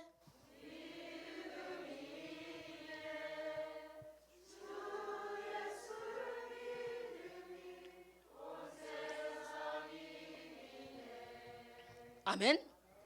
그 다음에 하나님의 사랑으로 나에게 상처를 준 사람을 용서하고 사랑해야 돼요. 무조건적인 사랑. 하나님의 사랑으로. 용서는 사실 그 상대를 위해서라기보다는 자기 자신을 위한 거예요. 원죄를 통한 쓴뿌리를 가진 우리 마음에 하나님의 사랑을 받아들일 때 우리는 쓴뿌리가 점점점 사라지고 새로운 믿음의 뿌리, 소망의 뿌리, 사랑의 뿌리, 할렐루야! 예, 뿌리가 자라납니다. 주님의 사랑으로 인해 성령의 뿌리들이 자라나게 될 때 우리는 진정으로 사랑, 희락, 화평, 인내, 자비, 양선, 충성, 온유, 절제의 열매를 맺으며 모든 사람을 사랑하고 용서할 수 있게 될 줄로 믿습니다. 우리는 할 수 없어요. 그래서 성령의 능력은 모든 것을 할 수 있습니다. 마음의 중심으로 용서하고 사랑하고 행동으로 용서하고 사랑할 때 우리는 모든 상처의 쓴뿌리로부터 자유하게 됩니다. 진정한 자유는 용서를 넘어서 사랑을 통해서 옵니다. 사랑은 율법의 완성이잖아요. 예수 그리스도께서 우리의 죄악을 용서하시고 십자가에 못 박히시기까지 사랑하셨을 때 우리가 그 복음으로 인해 자유케 되듯이 가정과 삶에서 또한 마찬가지입니다. 우리가 결코 용서할 수 없는 일과 용서할 수 없는 상황을 마주할 때가 있지만 나 자신이 예수 그리스도께 용서의 빚을 진 자, 사랑의 빚을 진 자라는 사실을 잊지 않고 예수 그리스도를 힘입어 용서하고 사랑해야 됩니다. 그렇게 할 때 진정한 하나님의 마음을 소유할 수 있는 거룩한 자녀로 거듭나죠. 용서는 히브리어로 하말과 카파르예요. 이 뜻에는 아끼다, 긍휼히 여기다, 취소하다, 덮어주다, 지워버리다, 속죄하다라는 뜻이 담겨져 있습니다. 하나님은 우리를 너무나도 사랑하시기 때문에 예수 그리스도를 통하여 이미 우리의 모든 죄악을 덮어주시고 지워버리고 속죄해 주셨습니다. 우리에게 큰 잘못을 한 이웃과의 관계만 용서하는 것이 아닙니다. 우리는 가장 가까운 가정에서의 용서가 먼저 이루어져야 된다는 거예요. 용서하지 못하는 마음은 세상에서 가장 고독한 마음이에요. 그 고통을 알아줄 수 있는 사람이 없습니다. 그러나 용서하고 화합하고 품어주는 그런 마음은 가장 행복한 마음입니다. 그 사람이 가장 성공한 사람이에요. 톨스토이는 가정이 화평해지는 방법은 용서하는 길밖에 없다 그랬어요. 우리는 교회도 가정이에요. 천국 가정, 예수를 믿는 사람, 우리 뭉친 이 가정, 이 가정이 행복해지는 방법은요 용서하는 길밖에 없어. 누가 뭘 어땠대, 누가 뭘 어쨌대, 그래 너 이랬잖아 이 따질 게 아니라 서로가 용서하고 품어주고, 부정적인 말을 들었을 때는 저 사람이 많이 힘들겠구나, 그리고 그냥 거기서 딱 씻어버리고 던져버리고 더 이상 크게 말 만들지 말고 부정적인 말 하는 그 사람에게 권면하는 거예요.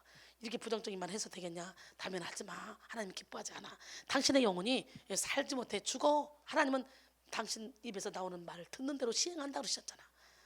그러면서 거기서 딱 그 자리에서 선을 그어서 하지 못하게 하고, 그 다음에 이 말이 퍼져나가지 않게 입 다물어 버려야 되는, 요만한 일만 하면 이걸 보태서 그래서 막 어지럽게 해서 교회를 어지럽게 하는 그런 사람들도 있죠. 난 여러분 모두가 다 지혜로운 성도가 됐으면 좋겠습니다. 그리고 누가 부정적인 말할 때 그 입 다물라, 아멘. 예, 권면하고, 그리고 거기에 뽕짝 맞추지 말고 권면하고 거기서 끝내는 그 지혜로운 성도가 되셔서 서로가 서로를 높여주는 그런 교회가 되기로 합니다. 예, 용서하지 못하는 쓴뿌리가 있는 가정은요 사탄의 밥이 되고 말죠. 용서하지 못하는 가족은 그 자체로 바로 사탄의 놀이터가 되는 거예요. 교회에서도 마찬가지예요. 그러니 하나님이 일하실 수가 없는 거예요. 내가 상처 받듯이 나도 누군가에게 상처 줄 수 있는 사람이라는 것을 깨닫고 혈과 육의 싸움을 멈춰야 됩니다. 우리 이제 이 세상 주관자들과 공중의 권세 잡은 자 그리고 하늘에 있는 악의 영들과만 싸워야 돼요. 그러기에 가족 간에, 형제 간에, 부모 간에, 이웃 간에, 성도 간에 싸우는 것은요 사탄에게 속는 것이라는 사실을 깨닫고 오늘 이 시간에 이제부터 그들의 영혼을 묶고 있는 결박만 풀어주는, 그리고 그들이 어둠에 휘둘릴 때 그들과 함께 사랑으로 감싸며 중보기 드려져서 그들을 묶고 있는 결박을 푸는 그런 사랑의 사람이 되기를 원합니다. 그들도 사탄의 도구로 쓰임받고 있기 때문에 자기들이 어떤 일을 하고 있는지 몰라. 예수 믿는 우리 모두는 주 안에서 영적 가족입니다. 그러게 한 가정뿐만 아니라 예수 믿는 모든 가정이 예수 안에서 하나가 돼야 돼. 네. 이 시간 어떤 상처로 인해 용서받지 못한 가족이 있다면 예수 이름으로 용서할 수 있는 힘을 받아서 용서하시기 바랍니다. 우리는 할 수 없지만 하나님은 하십니다. 완전한 용서를 하기 위해서는 용서를 넘어 사랑해야 돼요.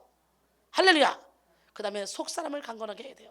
예, 진짜 여러분은 겉사람이 아니에요. 여러분의 속사람이 여러분이에요.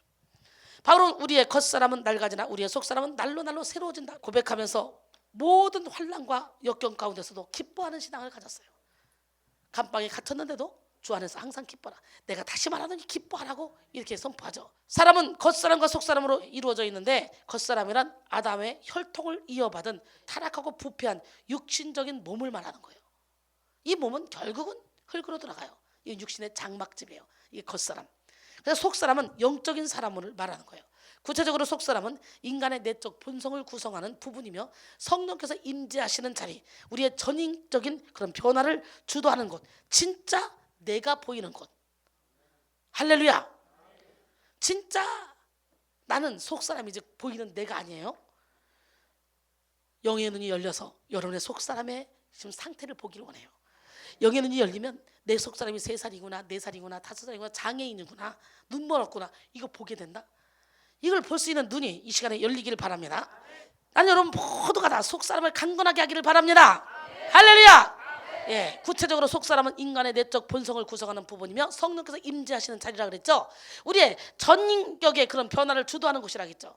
진짜 나는 보이는 나가 아니라 보이지 않는 속사람이라는 거예요. 우리는 속사람을 새롭게 해야 돼요. 바울은 에베소 교회 성도들의 속사람을 강건케 해달라고 하나님께 기도합니다. 가정 안에서 한 사람만요 속사람이 강건한 사람이 있다. 한 사람만 하나님께 붙들려서 흔들리지 않는다. 한 사람만 빛의 사명을 감당한다. 그렇다면 다윗이 어디 가나 이기게 하신 것처럼, 요셉이 어디 가나 형통하게 된 것처럼 일시적으로는 분란이 있겠지만 결국은 참된 화평을 누리는 가정으로 변화됩니다. 속사람을 강건케 하는 비결은 예수님께 뿌리를 내리고 예수님의 사랑으로 가득 채우는 거예요. 오늘 예수님께 뿌리 내립시다. 예수님께 뿌리 못 내리니까 그냥 허덕거리는 거예요. 도대체 언제까지 허덕거리냐? 여러분 저를 보세요. 제가 영적으로 고파가지고 허덕거리는 거 봤어? 골로새 2장 6절로 7절 그러므로 너희가 그리스도 예수를 주로 받았으니 그 안에서 행하되 그 안에 뿌리를 박으며 세움을 받아 교훈을 받은 대로 믿음에 굳게 서서 감사함을 넘치게 하라 그랬어요. 예수님께 뿌리 내립시다. 예, 에베소 3장 16절로 19절 보니까 그의 영광의 풍성함을 따라 그의 성령으로 말미암아 너희 속사람을 능력으로 강건하게 하시고 아멘. 믿음으로 말미암아 그리스도께서 너희 마음에 계시게 하시옵고 너희가 사랑 가운데서 뿌리가 박히고 터가 굳어져서 능히 모든 성도와 함께 지식에 넘치는 그리스도의 사랑을 알고 그 너비와 길이와 높이와 깊이가 어떠함을 깨달아 하나님의 모든 충만하신 것으로 너희에게 충만하게 하시기를 구하노라 그랬어요. 우리는요 성령의 능력으로 무장해야 돼요. 속사람을 강건하게 하기 위해서 어떻게 해야 돼? 예수님의 제자들은 3년이라는 세월 동안 예수님과 함께하며 그 모든 기적을 직접 보고 경험한 자들이잖아요. 너희 눈은 봄으로 너희 귀는 들음으로 복이 있다고까지 했잖아요. 마태복음 13장 16절에. 그러나 그들은 그들의 속사람이 매우 연약했기 때문에 십자가에 못 박히시는 예수님을 버리고 다 도망갔어. 마가는 그저 혼이불을 덮고 있다가 너도 그 도당이지 그러니까 그리고 옷 잡으니까 놀래가지고 옷을 벗어 던지고 막 알몸으로 덜렁덜렁하면서 도망갔어. 야 기가 막히잖아요. 근데 세상에 마가 다락방에서 성령의 불의 역사가 일어났어. 거기서 교회가 시작됐어.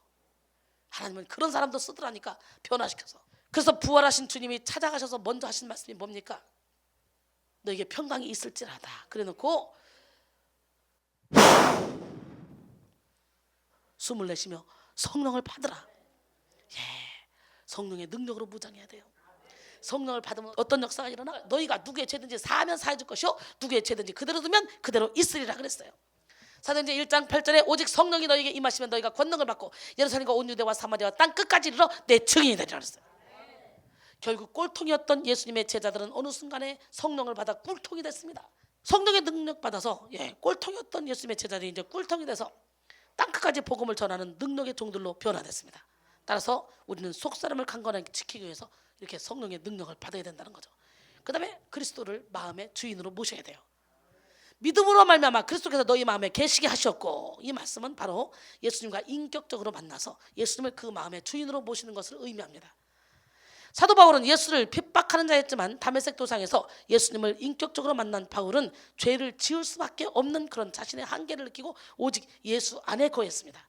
로마서 8장 1절로 2절 보니까 그러므로 이제 그리스도 예수 안에 있는 자에게는 결코 정죄함이 없나니 이는 그리스도 예수 안에 있는 생명의 성령의 법이 죄와 사망의 법에서 너를 해방하게 했습니다 그랬어요. 할렐루야. 골로새 3장 3절로 4절 보니까 이는 너희가 죽었고 너희 생명이 그리스도와 함께 하나님 안에 감추어졌습니다. 우리 생명이신 그리스도에서 나타나실 그때에 너희도 그와 함께 영광 중에 나타나리라 그랬어요. 오늘 여러분이 예수와 함께 죽기만 하면 예수님이 여러분을 통해 나타나십니다. 믿으십니까? 예수님을 진정한 마음의 주인으로 모실 때 우리의 속사람은 강건해집니다. 참, 예수님을 마음의 주인으로 모시기 때문에 우리 마음속에서 예수님의 능력이 행해진다는 거지. 예수님의 사랑, 예수님의 능력이 여러분을 통해 나타나는 역사가 일어날 수 있도록 오늘 철저히 나는 죽고 예수로 사는 삶을 살기로 합니다. 요한복음 14장 12절에 내가 진실로 너희에게 이르노니 나를 믿는 자는 내가 한 것을 그도 할 것이요 또한 이보다 더 큰 일도 하리니 이는 내가 아버지께로 감이라 그랬어요. 할렐루야. 예수님을 마음의 주인으로 모시기 위해서는 무엇보다 뭐가 필요하냐? 믿음이 필요해. 믿음으로 우리의 마음 문을 활짝 열어서 예수님을 주인 삼아 속사람을 강건하게 하게 하는 여러분 모두가 되기를 원합니다. 계시록 3장 20절에 보니까 볼자다 내가 문 밖에서 문을 두드리니 누구든지 내 음성을 듣고 문을 열면 내가 그에게로 들어가 그와 더불어 먹고 그는 나와 더불어 먹으리라 그랬어요. 그리스도의 사랑 안에서 깊이 뿌리 박아서 견고한 심지를 가져야 돼요. 이사야 26장 3절에 보니까 주께서는 심지가 견고한 자를 평강에서 평강하도록 인도하신다는 거예요. 할렐루야. 너희가 사랑 가운데서 뿌리가 박히고 터가 굳어져서 그리스도의 사랑의 너비와 길이와 높이와 깊이가 어떠함을 깨달아 알아라 이렇게 말했는데, 이렇게 그걸 깨달아 아는 사람은요 견고한 심지를 갖게 됩니다. 로마서 5장 8절에 보니까 우리가 아직 죄인 되었을 때 그리스도께서 우리를 위하여 죽으심으로 하나님께서 우리에 대한 자기의 사랑을 확증하셨느니라 그랬어요. 십자가에서 구체적으로 나타난 예수님의 사랑은 모든 인류를 품을 만큼 넉넉하게 넓고 세상의 시간을 넘어서 계속될 만큼 영원히 길고, 그리고 그리스도를 하늘로 올릴 수 있을 만큼 지극히 높으며 가장 타락한 인간을 구원할 만큼 충분히 깊습니다. 예수님의 그 사랑의 너비와 길이와 높이와 깊이를 깨달아 그 사랑을 누리는 여러분 모두가 되기를 원합니다.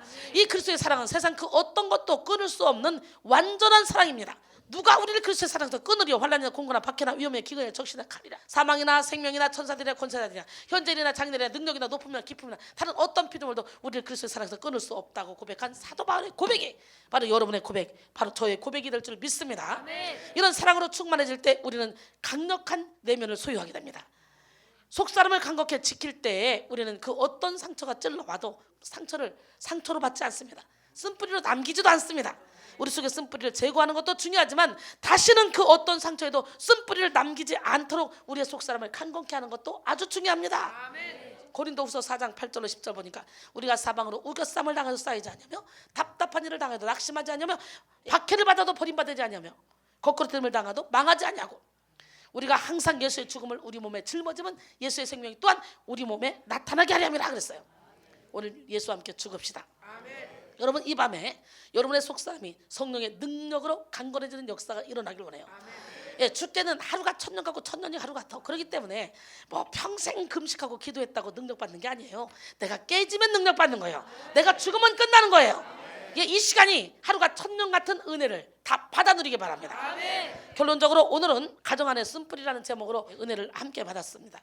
오늘 본문에 나오는 유다와 유다의 아들들 그리고 그 며느리 다말의 쓴뿌리를 우리가 살펴봤습니다. 인간은 누구나 다 쓴뿌리가 있어요. 결국은 가정에 문제가 생기는 것은 그 잘못된 죄로 인해서 그 쓴뿌리로 인해서 문제가 생기는 거라는 거. 그렇기 때문에 오늘 우리 가정에 왜 문제일까 한번 생각해봐. 내가 교만했어, 내가 혈기를 잘 냈어, 내가 나도 모르게 가족으로부터 부모로부터 어렸을 때 받았던 그 상처를 씻어내지 못했어, 남편으로부터 받은 상처를 씻어내지 못해서 자녀에게 내 상처를 막 쏟아부었어. 부부 싸움하면 어디로 갑니까? 애에게 자녀에게 가죠. 얼마나 어리석은 짓이고 얼마나 무서운 얘기인지 몰라요. 부부 싸움하는 것 그 자체만으로도 자녀들은 공포해요. 왜냐하면 이혼하면 어떡하지? 툭하면 부부싸움은 이혼한다 그러잖아. 엄마 아빠 이혼하면 나는 어디서 살지? 나 고아가 되는 건가? 나는 어떻게 되지? 또 툭하면 부부싸움 하다가 자살해버린다 그러죠. 엄마 죽으면 나는 어떡하지? 아빠 죽으면 어떡하지? 이 불안함 얼마나 무서운 건지 몰라요. 그런데 그 불안함도 있는데 거기다가 들이대고 옆에서 너까지 왜 그래? 그러고 지어 박으면 이제 완전히 상처가 막 가중이 되는 거죠. 그래서 사랑 불감증에 걸리는 거예요. 그래서 사람을 믿지 못하는 거예요. 항상 불안한 거예요. 그래서요 문제 안은 없어요. 문제 부모만 있을 뿐. 우리 가족은 다 뭐다 관계없어요. 나 한 사람만 변화되면 돼요. 나 한 사람만 변화되면 아 그럴 수도 있겠구나. 내 아빠를 이해하고 내 엄마를 이해하고 내 자녀를 이해하고 서로가 이해하고 한 사람만 빛의 사명을 감당하면 내 가정이 변화가 되는 역사가 일어날 줄 믿습니다. 할렐루야. 네, 가정 안에서 받은 그런 상처와 쓴뿌리는 그 개인의 삶을 무너뜨리는 것과 동시에 가족 구성원과 그가 속한 모든 공동체와 사회에 아주 악한 영향력을 미친다고 제가 말씀드렸습니다. 그러나 하나님이 개입하시면 쓴뿌리가 있는 가정을 통해서도 하나님은 메시아를 탄생시킨다는 것을 오늘 또 말씀을 드렸죠. 그러게 지금까지 쓴뿌리 때문에 고통스러웠다. 오늘 말씀 들어보니까 좌절이다. 우리 애들 큰일 났다. 이게 아닙니다. 여기서 해결받으면 끝나는 거예요. 치료받으면 끝나는 거예요. 다시는 쓴뿌리를 내지 않도록 오늘 여러분의 입술을 주장하시는 여러분의 입술을 하나님이 주장해 주셔야 돼요. 큰 소리 합니다. 하나님 내 입에 파수꾼을 세우시고 내 입술의 문을 지켜주시옵소서. 예, 사실은 이런 말씀 어디서 들어요?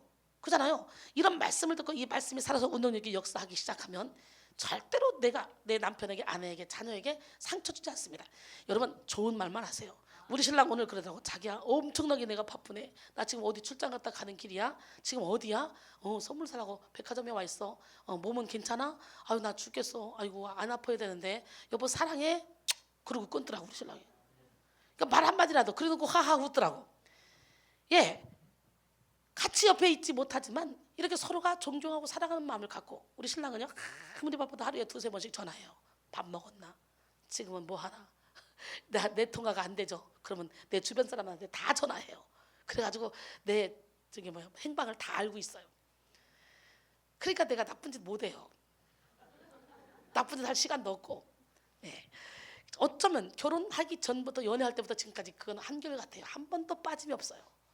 너무 신기하죠. 여기 무뚝뚝한 남편들, 무뚝뚝한 아내들 매일 이렇게 아내 남편 떨어져 있어서 대화할 시간 없다 할지라도 그 전화라도 해서 힘을 실어주고 그래서 우리 신랑은요 내가 대구 갈 때 몇 시에 출발하는지 몇 명이 가는지 다 알아요. 다 꿰고 있어요. 누구누구랑 가지? 지금 어디쯤 갔지? 막 이러면서 거기는 차가 밀리니까 이쪽으로 가야 돼. 막 이러면서 다 가르쳐주고 안내를 다 해줘요. 예, 그게 사랑이에요. 서로의 마음을 알아주고 서로를 이해해주고 오늘 우리 가정이 다 그런 천국 가정이 되기를 소원합니다. 저는 진짜 남편에게 듣기 싫은 말 안 해요. 상처 주는 말도 절대 안 해요. 우리 신랑도 마찬가지예요. 여러분 하나님이 개입하시면 쓴뿌리가 있는 가정도 얼마든지 멋지게 아름답게 하나님께서 만들어 주신다는 거지. 그러므로 우리는 모든 쓴뿌리를 치료받아야 됩니다. 쓴뿌리의 원인에는 여러 가지가 있지만 그중에서 사랑 결핍증, 거절감, 두려움에 대해서 알아봤죠. 이 시간 여러분은 어떤 쓴뿌리를 가지고 있는지 말씀의 빛을 비추어 깨닫고 회개하시기 바랍니다. 쓴뿌리를 제거하기 위해 구체적인 방법은 나에게 쓴뿌리가 있다는 것을 인정해야 된다 그랬죠. 그리고 드러내야 된다 그랬어요. 많은 사람들이 가식의 옷을 입고 가면을 쓰고 자신의 약점을 감추려고 합니다. 그러나 악은 숨기려고 할 때만 힘을 쓸 수 있기 때문에 오늘 이 시간에 자복하고 회개하는 시간을 갖기를 원합니다. 예, 그 다음에 성령의 은혜를 받아야 돼요. 우리가 아무리 인간의 힘으로 쓴뿌리를 제거하려 해도 근본적인 쓴뿌리는요 오직 하나님만이 제거할 수 있어요. 주님은 나를 믿는 자는 성경에 이런 거 가지고 그 배에서 생수의 강이 흘러나온다 그랬잖아요.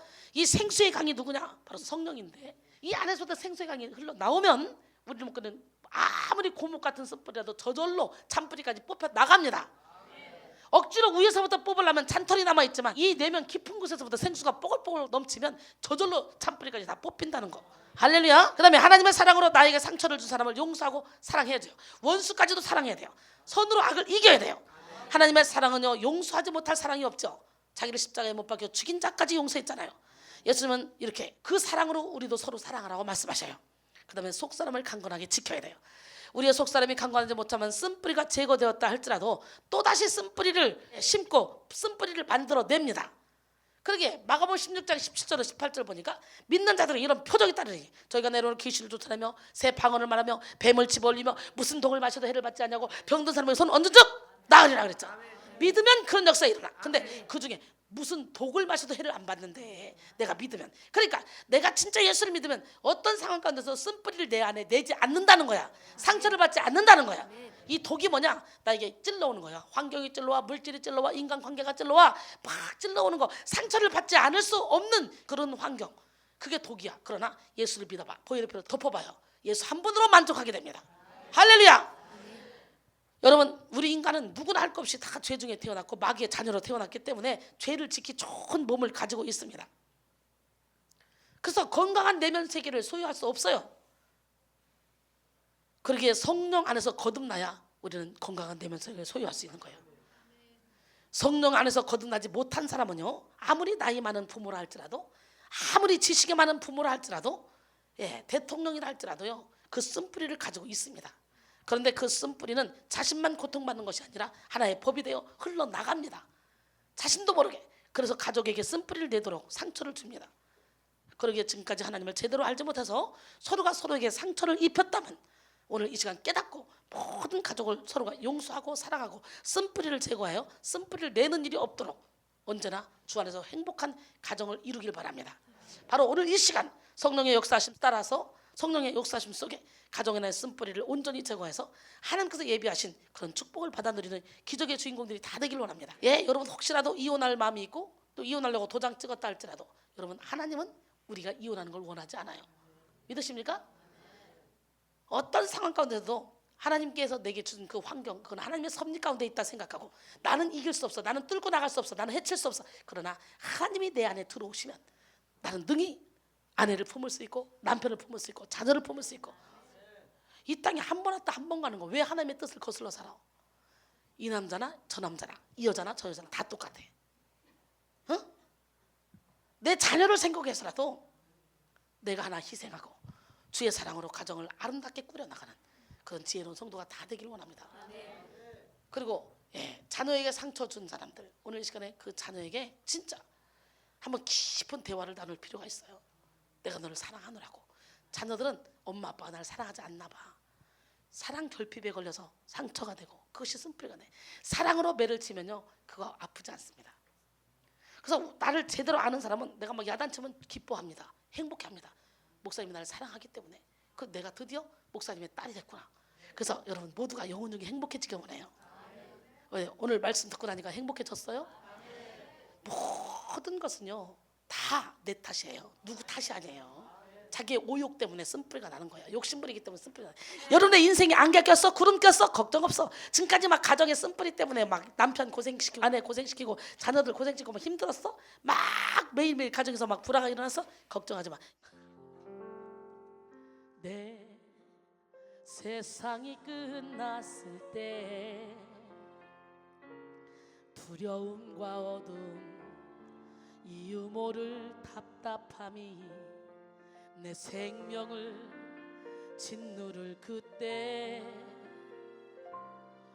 포기하고 싶어질 때 외로움과 아픔들로 썩어가는 세상 속에 무기력히 내가 던져질 때